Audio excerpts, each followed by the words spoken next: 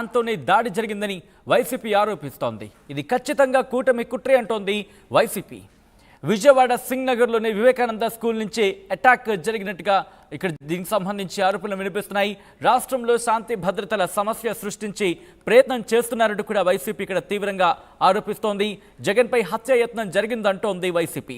సరిగ్గా కణతపై గురి చేసి అటాక్ చేశారంటూ కూడా వైసీపీ ఇక్కడ ఆరోపించడం జరుగుతోంది. గురి తప్పి ఎడమ కంటి పై భాగంలో తగిలిందంటూ కూడా వైసీపీ చెబుతోంది. లేకపోతే ప్రాణాలకి ముప్పు ఏర్పడేది అనేది వైసీపీ వాదన. ఇక్కడ మీరు చూస్తున్నారు విజువల్స్. నిన్న దాడి ఘటనకు సంబంధించి ఎప్పుడైతే నిన్న విజయవాడలో ఆయన మేమంతా సిద్ధం బస్సు యాత్రలో వెళ్తున్నారు, అప్పుడు అటాక్ జరిగింది, అప్పుడు దాడి జరిగింది. ముఖ్యంగా క్యాట్ బాల్ అనే మాట వినిపిస్తోంది, దాంతోపాటు రాయితో కొట్టారనే మాట కూడా వినిపిస్తోంది. దీనికి సంబంధించి పూర్తి స్థాయిలో దర్యాప్తు జరుగుతోంది. అయితే ఏం జరిగింది, ప్రస్తుతం అక్కడ సిచ్యువేషన్ ఎలా ఉంది, ముఖ్యంగా నిన్న రాత్రి ఎక్కడైతే దాడి జరిగిందో ఆ దాడి జరిగిన లొకేషన్ నుంచి అప్డేట్స్ అందించేందుకు మా ప్రతినిధి రాజేష్ సిద్ధంగా ఉన్నారు.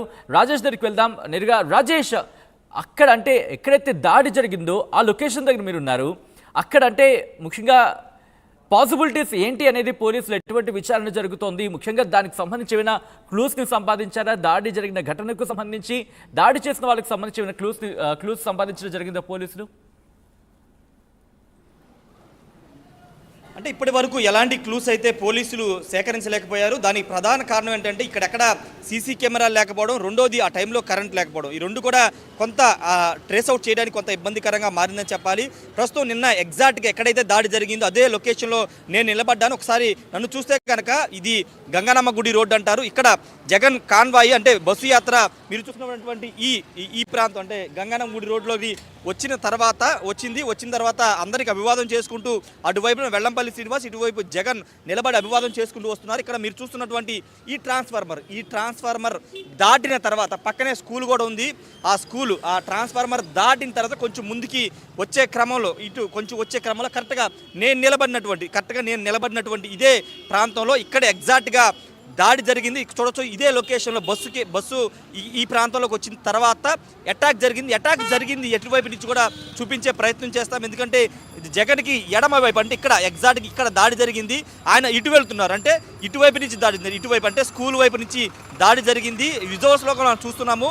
ఆ వీడియోని కూడా కొంతమంది తీశారు. ఆ దాడి జరిగిన టైంలో వీడియో కూడా బయటకు వచ్చింది. ఒకసారి ఎటువైపు నుంచి గాయం ఇటువైపు జరిగింది కాబట్టి ఖచ్చితంగా ఇటువైపు నుంచి రాళ్ళ అటాక్ జరిగింది. ఖచ్చితంగా ఒకసారి మనం చూస్తే లొకేషన్ని దాడి జరిగే ప్రయత్నం అంటే ఒకవేళ జరిగితే ఈ ప్రహరీ గోడ మీద నుంచి దాడి జరగాలి, లేకపోతే అక్కడ ఆ చెట్టు మీద. ఎందుకంటే జగన్ చూడడానికి అభిమానులు చాలా మంది వస్తుంటారు, చెట్లు ఎక్కుతుంటారు, అదేవిధంగా గోడలు ఎక్కుతుంటారు. ఇక్కడ ఎగ్జాక్ట్ గా రాజేష్ మీరు అన్నది బహుశా ఇదే జరుగుండొచ్చు. ఎందుకంటే కనుక మనం కనుక గమనిస్తే బస్సు హైట్ అనేది దాదాపు 20 నుంచి 25 అడుగులు ఎత్తు ఉంటుంది. ఆ ఎత్తులో ముఖ్యంగా అక్కడ ర్యాంప్ ఉంటుంది. ర్యాంప్ పైన నుంచున్నారు ముఖ్యమంత్రి జగన్. ఆ స్థాయిలో అంటే ఇక్కడ గ్రౌండ్ నుంచి ఒక 20 అడుగుల ఎత్తులో ఉన్న వ్యక్తిని టార్గెట్ చేయాలంటే కనుక కాస్త హైట్ సపోర్ట్ అనేది కావాలి.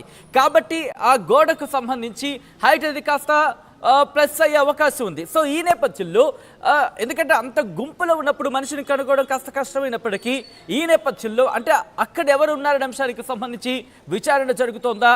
ఆ డైరెక్షన్ అంటే ఆ విధంగా ఆ వ్యూహంలో భాగంగా ఏమైనా క్లూస్ ని సంపాదించడం జరుగుతోందా పోలీసులు? అదే పోలీసులు ఎక్కడి నుంచి దాడి చేశారని ఎగ్జాక్ట్ లొకేషన్ అయితే కనుగొన్నారు, కానీ ఎవరు దాడి చేశారని కనుగొనలేదు. ఒకసారి మీకు చూపించే ప్రయత్నం చేస్తాము. ఇక్కడ గోడ కాకపోతే గోడ లేదా చెట్టు, లేకపోతే ఆల్టర్నేటివ్ ఇక్కడ మనం స్కూలుకు సంబంధించినటువంటి కిటికీలు నిన్న ఓపెన్ చేస్తున్నాయి, మొన్న ఓపెన్ చేస్తున్నాయి. నిన్న సండే కావడంతో హాఫ్ డే స్కూల్స్ అంటే ఒంటిపూట బడులు జరుగుతున్నాయి. నిన్న సండే కాబట్టి స్కూల్ లేదు. కానీ ఒకవేళ దాడి ఆ రూముల్లోనే ముందుగానే పక్కాగా రెక్కి నిర్వహించుకుని ఆ గదుల్లో దాక్కుని దాడి చేశారా అనే దాన్ని కూడా పోలీసులు ఆరాధిస్తున్నారు. ఒకసారి స్కూల్కి సంబంధించినటువంటి దాడి చేస్తే ఆ కిటికీ లేదా ఈ కిటికీ 2 కిటికీలో నుంచి దాడి చేసే అవకాశం ఉంది.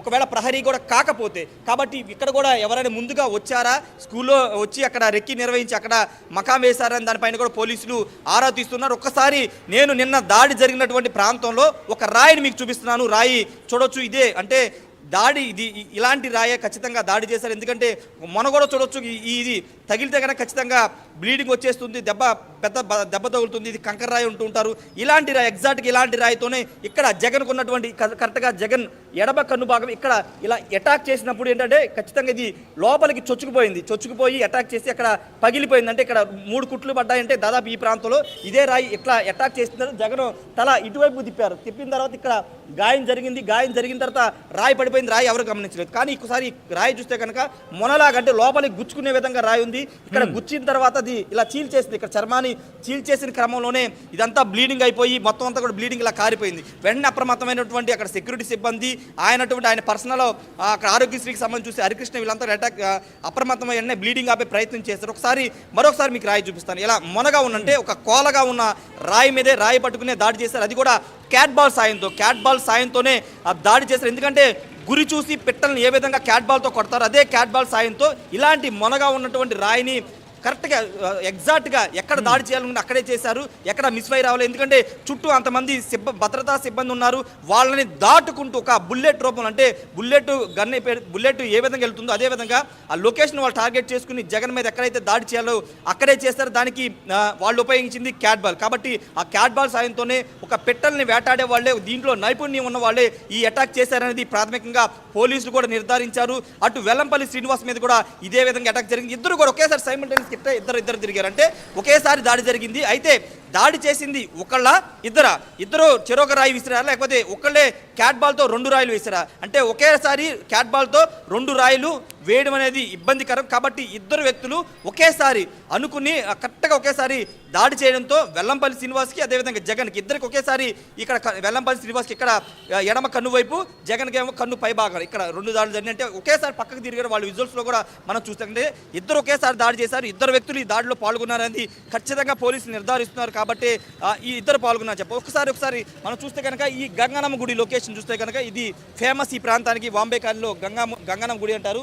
ఒకవేళ ఈ గోడ మీద దాడి చేసి స్కూల్లో వెనక్కి వెళ్ళడానికి ఆస్కారం లేదు. ఎందుకంటే స్కూల్ లోపల ఆల్రెడీ అన్ని గేట్లన్నీ క్లోజ్ చేస్తున్నాయి. కాబట్టి ఈ గోడ దూకి ఇటువైపున ఒకసారి మనం చూస్తున్నటువంటి ఈ గోడ వైపు నుంచి ఇటు దూకి ఆ గంగనమ్మ గుడి వైపులోకి వెళ్ళిపోయే అవకాశం ఉంది. ఎందుకంటే రోడ్డు మీదకి వచ్చే సాహసం వాళ్ళు చేయరు. ఎందుకంటే వాళ్ళు పరిగెడితే కనుక ఖచ్చితంగా పోలీసులు కానీ అక్కడ అభిమానులు అంతా ఉంటారు. కాబట్టి వాళ్ళకి దొరికిపోయే ఛాన్స్ ఉంటుంది. కాబట్టి ఇటువైపున ఈ గంగనమ్మ గుడి వాళ్ళ నుంచి అటువైపు దూకి పారిపోయే అవకాశం అయితే కనబడుతుంది. ఒకసారి మనం చూస్తున్నాం. మన కెమెరా పర్సన్ ప్రసాద్ మీకు చూపిస్తున్నారు. ఈ గంగనమ్మ గుడి వెనక వైపు నుంచి అటువైపు పారిపోయి అటు గ్రౌండ్ ఉంటుంది, ఓపెన్ గ్రౌండ్ ఉంటుంది. ఆ గ్రౌండ్లో నుంచి అటు పారిపోయి ఉంటారనేది ప్రాథమికంగా పోలీసులు అనుమానం చేస్తున్నారు.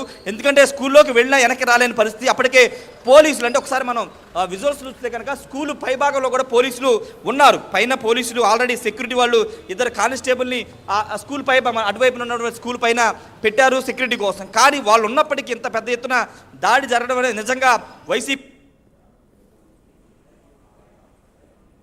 మండిపడుతున్న నేపథ్యంలో అసలు ఏం జరిగింది, ఘటనకు సంబంధించి అనేది పోలీసులు ఇంకా నిర్ధారించాల్సి ఉంటుంది. ఎందుకంటే ఈ లొకేషన్ కనుక మీకు ఎక్కడ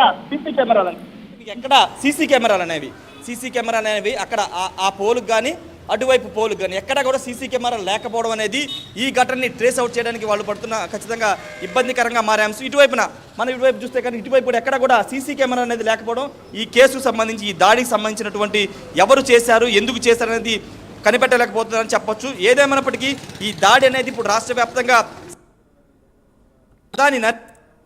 మమతా బెనర్జీ, స్టాలిన్ అందరూ కూడా ట్విట్టర్ ద్వారా వాళ్ళు అంతా కూడా త్వరగా కోలుకోవాలని వాళ్ళు స్పందించారు. ఖచ్చితంగా దేశవ్యాప్తంగా అది చర్చ జరుగుతున్న నేపథ్యంలో ఈ దాడి చేసింది ఎవరు, ఎంతమంది పాల్గొన్నారు, ముందు రెక్కి నిర్వహించేశారా లేకపోతే